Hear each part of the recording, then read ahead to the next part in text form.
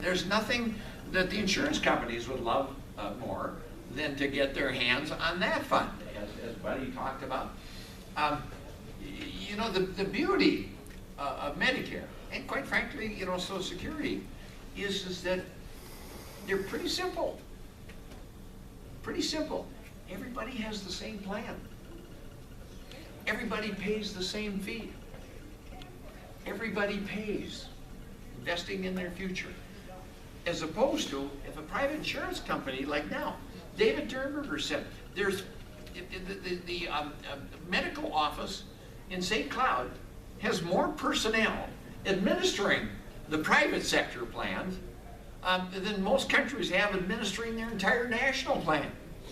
Why? I didn't realize it. I caught, every time I hear you, I learn something new. $67,000 per doctor in administrative costs.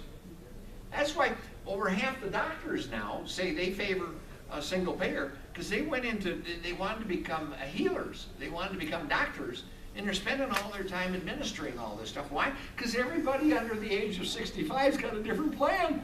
Depending on your age, depending on your health, depending on your number of beneficiaries, it's an administrative nightmare. They spend 30% of all of your health insurance dollars just administering the darn thing. And so it's not that they're doing anything wrong. I mean, they're trying to administer it as efficiently as they can. But how do you do that when everybody in the clinic's got a different policy? It just doesn't work. And that's why Medicare administers for what? 2%. And the average insurance company is running about 30%, so run as high as 60%. So I'm against this privatization of either one. I don't think anything has done more good for more people in their retirement years than Social Security and Medicare. And there's some things that perhaps need some fixing, but the answer is not to turn it back over to the private sector. And I'm a private sector business guy, and I love private business, but they're not the same. There's some things that are essential for the American public, and you want to do it in the cleanest, most efficient, and most effective way. And that's what Medicare and Social Security do, in my judgment.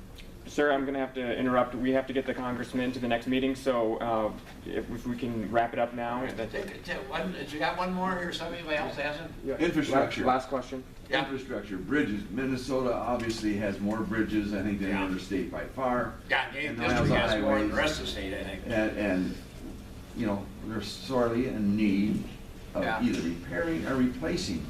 And apparently there's not enough money coming in from gas tax, so on and so forth. Gas just jumped 20 cents a gallon. So if he needs a couple minutes, it's been So is there some way you can...